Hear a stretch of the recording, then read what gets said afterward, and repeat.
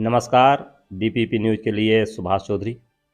आज मैं आया हूँ पहाड़पुर कला उर्फ मलेशिया, प्रधान जितेंद्र सिंह के यहाँ। मैं कुछ क्वेश्चन उनसे पूछना चाहता हूँ। जी प्रधान जी नमस्कार। नमस्कार। अच्छा प्रधान जी, आप पहले तो अपना कुछ ये बताइए कि गांव के विकास के कार्य कैसे चल रहे हैं। मैं जितेंद्र सिंह, ग्राम पंचायत पहाड़पुर कला और मलेशिया, ग्राम प्रधान। और गांव के विकास मेरे हिसाब से तो ठीक चल रहे हैं। जो बहुत समय से मेरे गांव में नहीं हुआ, मैंने बहुत कुछ करा दिया है। विकास की गति ठीक चल रही है। अच्छा, जैसे कुछ प्रधानों से हमारी बात हुई है, वो सब लोग ये कहते हैं कि भाई आगे से पैसा नहीं आ पा रहा है, किस्तें नहीं आ पा रही, कि कुछ ऐसी भी है समस्या। हाँ, इसमें बिल्कुल सच्चाई है। मैं प्रधान संघ का अध्यक्ष हूँ। निधि में हमारी बहुत कटौती कर दी गई है और पैसा ग्राम पंचायतों के लिए बहुत घटा दिया गया है। लेकिन कहीं ना कहीं समानता है। कुछ प्रोजेक्ट जो हमारे चल रहे हैं, जैसे टंकी वाला है, और हमारे जो सचिवालय बने हैं, हर ग्राम पंचायत में अधिकतर सचिवालय बने हैं, तो उनमें कहीं ना कहीं गवर्नमेंट पैसा अधिक लगा रही है।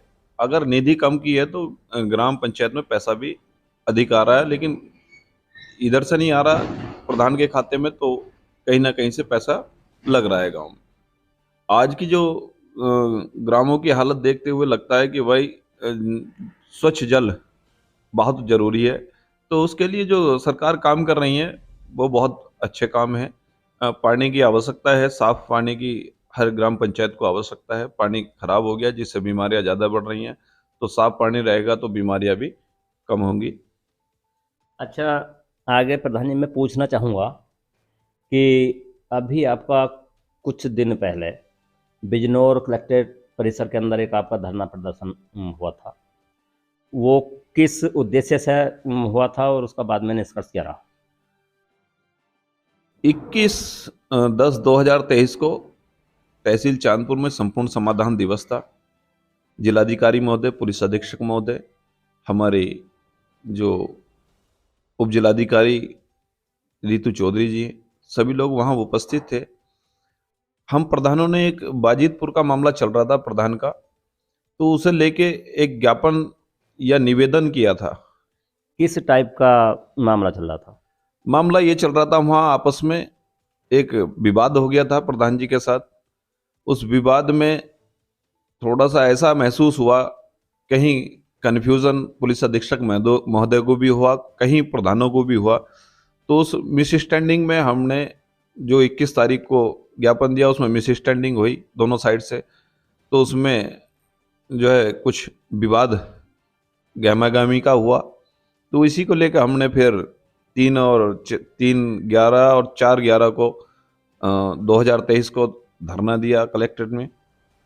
तो धरने का उद्देश्य हमारा यही था कि जो हमारा मिसअंडरस्टैंडिंग हुई है, इस तरह की मिसअंडरस्टैंडिंग भविष्य में ना हो। हमारे पुलिस अधीक्षक महोदय बहुत ईमानदार व्यक्ति हैं, लेकिन कहीं ना कहीं अच्छा करते भी कुछ ना कुछ मिसअंडरस्टैंडिंग हो जाती है। जिलाधिकारी महोदय भी बहुत बढ़िया है। सबसे बढ़िया बात यह थी कि हमारी तहसील में जो हंगामा नहीं करा हमने 21/10/2023 को, वो हमारी कहीं एसडीएम महोदय जो थी वो बहुत बढ़िया थी।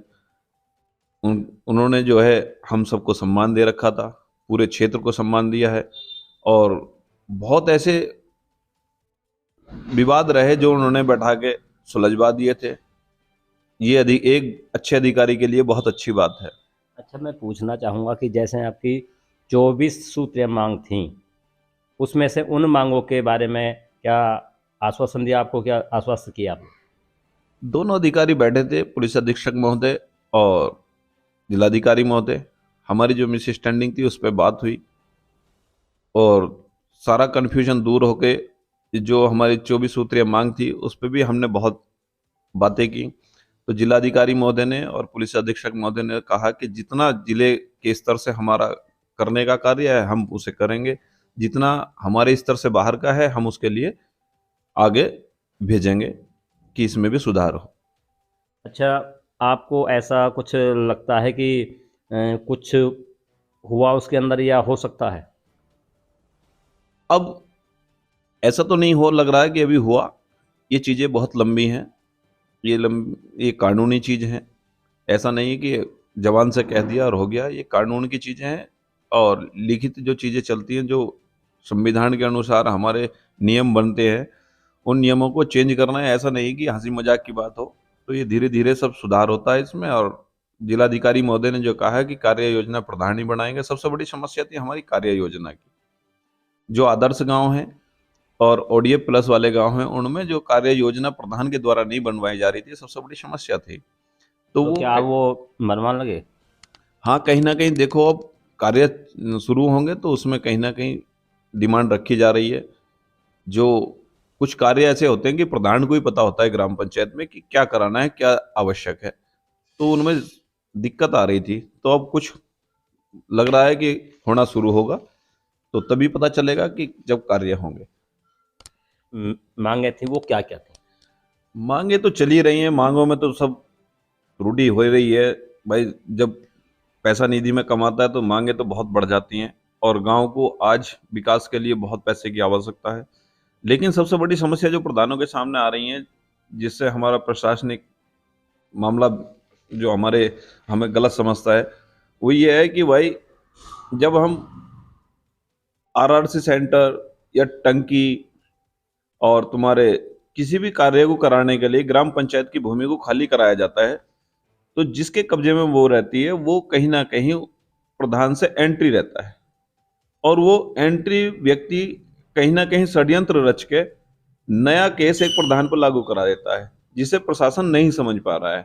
तो हमारे प्रशासन से यही निवेदन था, भाई उसे समझें, प्रधान पे मुकदमा लगाया क्यों जा रहा है, प्रधान के साथ विवाद हो क्यों रहा है। प्रधान का केस से कोई बंटवारा थोड़ी है। अब जितने वर्क होने हैं वो तो ग्राम पंचायत की भूमि पे होने हैं।